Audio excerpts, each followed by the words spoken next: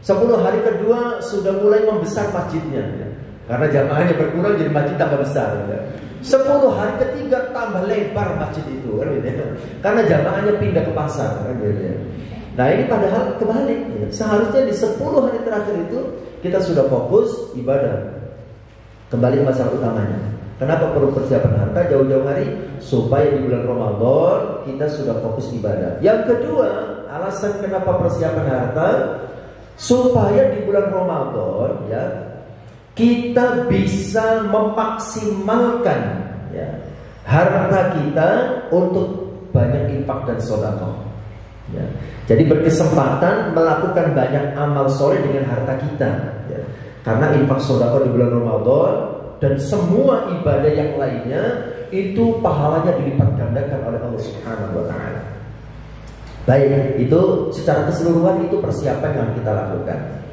Nah, tidak perlu detail poin per poinnya karena kita akan lebih fokus kepada persiapan ilmu yang terkait dengan puasa. Bapak Ibu, ayah bunda yang dirahmati Allah Subhanahu wa taala, sekarang kita fokus persiapan ilmu tentang puasa. Kita mulai dari syarat wajib puasa. Syarat wajib puasa itu artinya orang yang diwajibkan berpuasa itu syaratnya apa? Kan begitu. Siapa sih yang wajib berpuasa itu?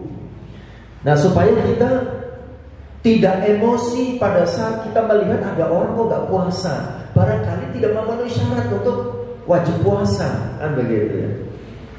Ya, sekalipun yang tidak berpuasa harus menghormati yang puasa, tapi yang puasa biar tidak emosi harus memahami orang yang tidak puasa.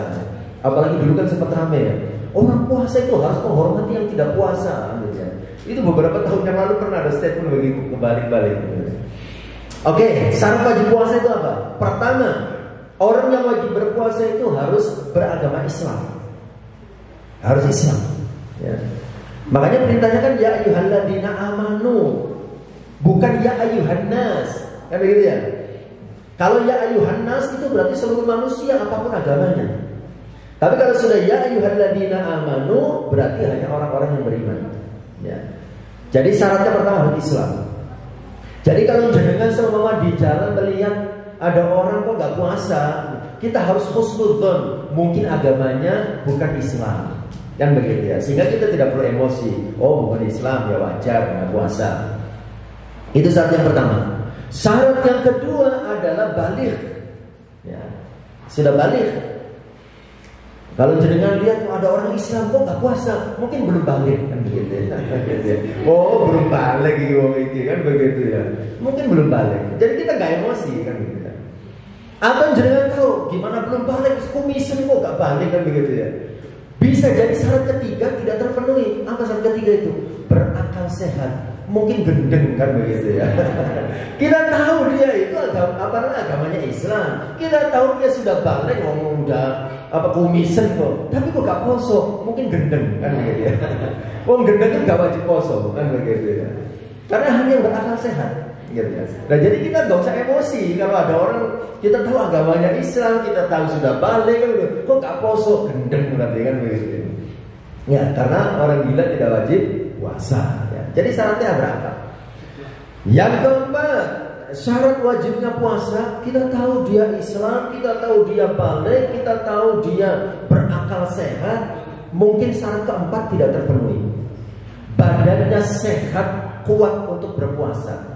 Bisa jadi dia sedang sakit, kan begitu ya. Oh, masih masa pemulihan dari sakitnya seumpama, kan gitu ya. Jadi kita tidak emosi gitu kalau kita tahu hal ini, kan gitu ya. Jadi fisiknya sehat, badannya sehat. Karena kalau orang sakit itu boleh tidak puasa. Nanti kita bahas ya pengecualian-pengecualiannya.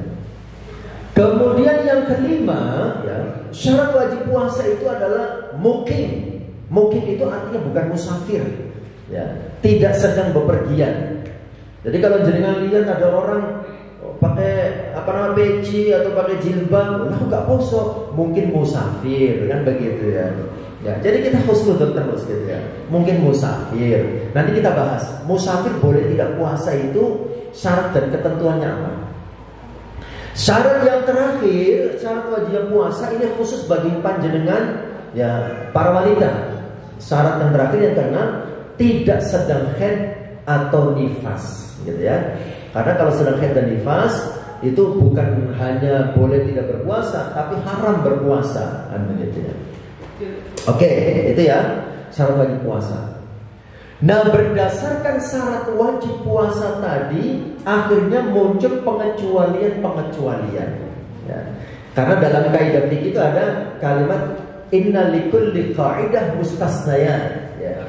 Setiap kaidah, setiap ketentuan itu pasti ada pengecualian. Nah, pengecualian kelompok yang pertama ini ada satu kelompok. Ada orang yang boleh tidak berpuasa, tapi wajib qadha di hari lain. Ya. Jadi ada satu kelompok ini boleh tidak berpuasa, wajib qadha. Ya. Jadi judulnya begitu ya. Boleh tidak berpuasa, wajib qadha. Qadha itu artinya berpuasa di hari lain. Ya. Siapa mereka ini yang boleh tidak berpuasa, ya, tapi wajib qadha di hari yang lain? Pertama, orang sakit yang masih bisa diharapkan sembuhnya. Sakit yang masih bisa sembuh. Pas bulan Ramadan kena diare. Kalau puasa gak kuat, lemes. Ya. Kemudian apa lagi? Demam berdarah. Kemudian apa lagi? Tipes. Atau sekarang lagi rame apa? Cikungunya, kan begitu ya. Digigit nyamuk, kemudian sakit, kan begitu ya. Atau apapun penyakitnya, tapi sakit hati nggak masuk loh ya. Itu kan masih mungkin sembuh gitu ya, tapi itu nggak masuk ya. Ya, jadi sakit-sakit yang masih bisa sembuh ya, seandainya berpuasa dia tidak kuat, seandainya berpuasa memperlambat kesembuhan, seandainya berpuasa semakin parah sakitnya, maka boleh tidak berpuasa ya, tapi wajib qadha di hari yang lain. Ya. Itu kan sesuai dengan firman Allah dalam surat Al-Baqarah ayat 184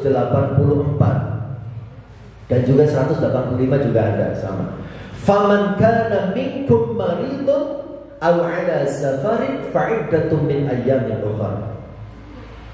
Maka man barang siapa kana ada minkum di antara kalian maridun sakit ya, atau ala safarin dia sedang dalam bepergian, fa'iddatun min ayyamin ukhra, kalau dia tidak berpuasa harus mengganti di hari yang lain.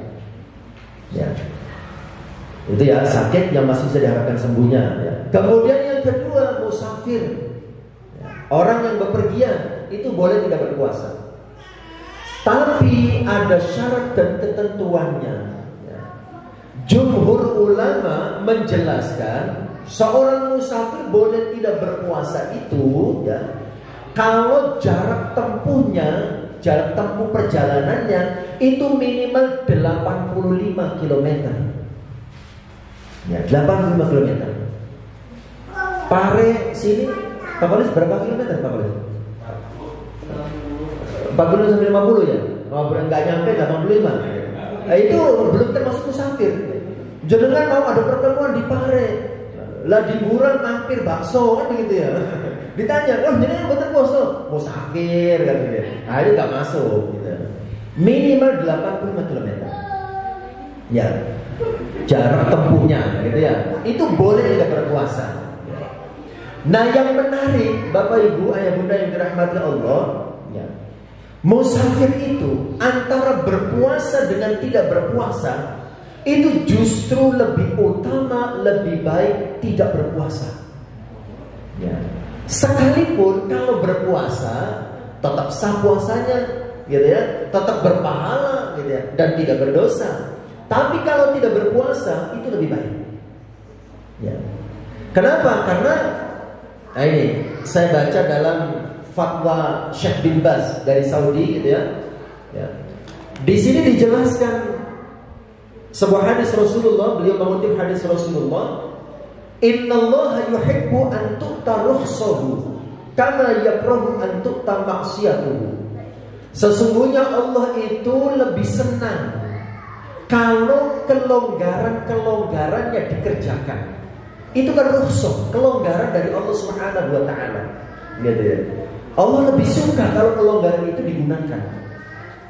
Termasuk jenengan musafir itu boleh jamak qashar. Itu kalau mengerjakan jamak qashar itu lebih utama daripada sholat secara lengkap dan sempurna. Gitu ya. Cuma orang kan kadang-kadang ada yang beralasan, ya, daripada nanti bayar utang puasa gitu repot, gitu. Ya boleh-boleh saja, gitu ya. Alasan itu boleh saja, gitu ya. Ya. Tetapi yang lebih baik itu tetap untuk tidak berpuasa, gitu ya. Ini pilihan ya, boleh berpuasa.